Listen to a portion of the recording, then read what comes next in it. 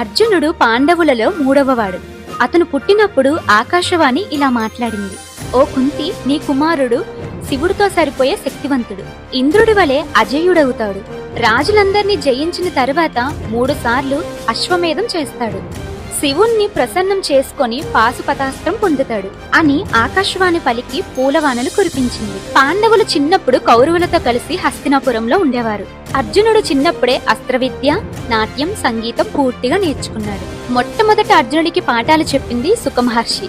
ఆయన తర్వాత కృపాచార్యుడు, ఆ తర్వాత ద్రోణుడు. ఇలా 3 గొప్ప గురువుల దగ్గర విద్యాభ్యాసం చేసి అర్జునుడు గొప్ప విలుకాడిగా మారాడు. ఒకసారి ద్రోణాచార్యుడు ఆయన శిష్యులు గంగా నదిలో స్నానం చేస్తుండగా ద్రోణాచార్యుడి కాలుని ఒక తిమింగలం పట్టుకుంది. శిష్యులందరూ ఎంత ప్రయత్నించినా తిమింగలం కాలు వదల్లేదు.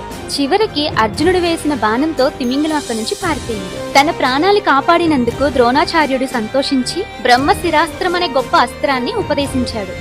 ఆ అస్త్రాన్ని మానవులపై ప్రయోగించడానికి వీల్లేదు.